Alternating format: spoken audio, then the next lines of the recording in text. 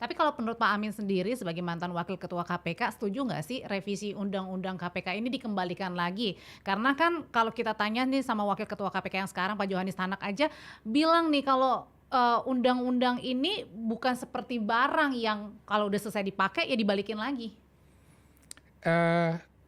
Kalau itu berhasil dilakukan baik juga. Tapi kalau menurut saya bukan itu prioritasnya. Karena apa? Damage yang diciptakan sudah kadung terjadi. Kalau misalnya itu dikembalikan, kan separuh personel KPK sekarang sudah ASN. Nanti ngurus-ngurubahnya susah lagi gitu kan. Terus kebetulan yang saya lihat problemnya bukan soal KPK independen atau enggak independen. Jadi problemnya adalah kita mau kerjanya kemana gitu. Jadi mau terus seperti law entertainment agency. Terus juga gini, yang mau diberantas apa gitu. Ini kan masih belum jelas. Oke, nah itu taunya KPK kalau misalnya punya tugas yang mau berantas apa dan siapa itu apakah harus melapor dulu ke yang paling atasnya? Enggak, atau kalau kerja aja? Sampai hari ini yang saya tahu dia bebas mau melakukan apa saja bisa, enggak ada halangan. Meskipun bukan lembaga independen lagi sekarang? Bebas, setahu saya begitu. Mau nyidik siapapun bisa. Zaman dulu juga begitu. Kalau gitu nggak perlu lagi dong, dibalikin lagi revisi? Makanya begini, kalau bisa dibalikin ya bagus, tapi kalau nggak dibalikin ya nggak masalah. Oke, kita akan sebenarnya Pak Amin kita udah punya nih ngerangkum beberapa pertanyaan-pertanyaan dari netizen. Kita lihat dulu ya Pak Amin. Nah, kira-kira mereka melihat indeks persepsi korupsi kita yang turun ini seperti apa, kita lihat ya. Oke, ini Pak Amin dari Arisasa 9237 ini. Bilangnya ini gini Pak, KPK yang independen, komisioner dan anggotanya diisi orang-orang independen dan dipilih oleh kelompok orang-orang yang juga independen. Undang-undang dibuat oleh masyarakat yang independen. Tanggapannya Pak? Kata independen ini artinya banyak sekali ya. Banyak sekali. Sebenarnya melihatnya gini, waktu saya itu bisa dikatakan pimpinannya independen. Personelnya rekrut sendiri ini. Tapi ternyata kan faktanya begini. Terus habis itu ada pemikiran gini. Oh, penyidiknya hanya boleh dari polisi. Hanya boleh dari jaksa. Di dalam KPK bertengkar. Akhirnya kan terus muncul gambaran gini. Yang bisa jadi penyidik cuma polisi. Kalau cuma polisi konflik terus. lah itu ya. Betul. Padahal polisi-polisi di dalam KPK itu harus lapor ke Mabes Polri kan. Nah, apakah itu independen? Nah, pimpinannya independen. Ini zaman dulu nih. Nah, terus ada perubahan-perubahan. Terus juga begini, independen itu tidak hanya dilihat dari struktur organisasi. Contohnya begini, FBI. FBI itu organisasinya independen nggak? Kalau dilihat, dia di bawah di dalam US Department of Justice. Pimpinan US Department of Justice itu disebutnya Attorney General. Level menteri kan.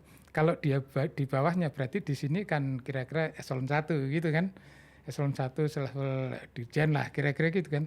Tapi pertanyaannya gini, dulu yang memeriksa Lewinsky dan Bill Clinton itu siapa? FBI kan. Meriksanya dibatasi, enggak juga kan. Nah, artinya gini, independensi itu tidak harus ini strukturnya selevel presiden, selevel menteri. Enggak. Independen itu pokoknya boleh bekerja tapi sesuai. Tapi intervensi, nggak ada intervensi. Tidak ada intervensi. Kita bacain lagi ya. Nampaknya ada beberapa komenan lagi nih Pak. Masih ada? Kita lihat nih. Ini ada komen dari @eripri. Mau yang lama, mau yang baru, KPK tidak akan menjadi lembaga independen. Waduh, syarat kepentingan politik dan mudah disetir. KPK, BPK, MK jangan harap dia netral di negeri ini. Negeri yang penuh intrik, korupsi, nepotisme, kolusi, dan intimidasi. Nyaris di semua bidang. Gimana tuh Pak Amin? Wah, ngeri nih. Jadi gini, yang disampaikan siapa nih? Mas Erpri ya? Iya. Itu ya benar kalau dilihat dari situ. Tapi kalau kita bicara soal itu saja, nggak akan menyelesaikan masalah. Kenapa? Karena kita ini tidak melihat musuh kita siapa, tidak mempelajari musuh kita siapa. Nah, kita kan ngomongin soal korupsi nih, perkorupsian. Jadi clear kan musuh kita korupsi kan. Tapi kita tidak mempelajari korupsi seperti apa yang jadi musuh kita. Bahkan Pak Prabowo di beberapa pidato berkali-kali ini kan selalu ingin memberantas korupsi ya. Itu Betul. pesannya kan? Betul. Pak Prabowo ingin memberantas korupsi, tapi Pak Prabowo maupun aparat penegak hukumnya itu tidak tahu korupsi seperti apa yang harus diperangi gitu. Oke. Makanya begini, terus aparat penegak hukumnya itu berasumsi, oh korupsi yang diperangi ini yang merugikan negara, menguntungkan diri sendiri atau orang lain. Yang seperti itu kan.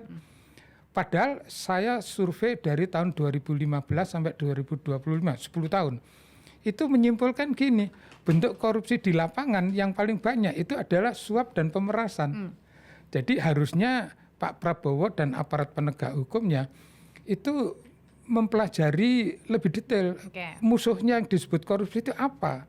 Nanti akan ketemu, oh musuhnya itu adalah suap dan pemerasan. Nah, kalau sudah mempelajari musuhnya, pelajari diri sendiri. Aparat penegak hukum coba pelajari dirinya. Dirinya seperti apa?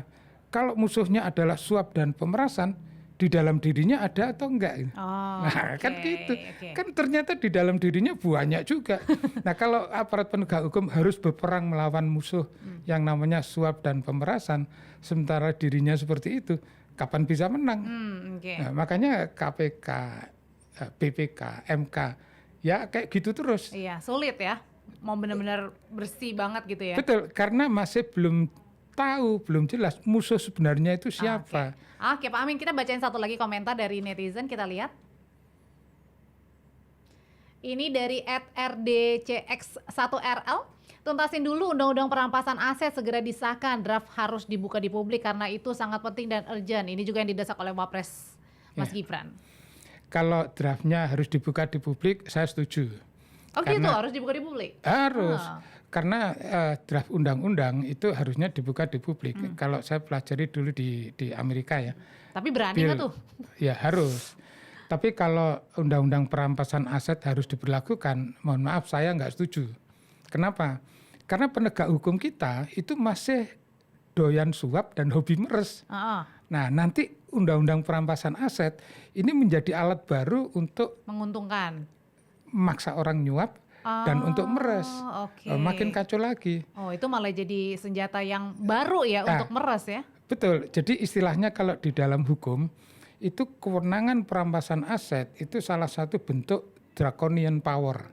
Jadi kewenangan yang sangat drakonia, yang sangat kuat, sangat powerful.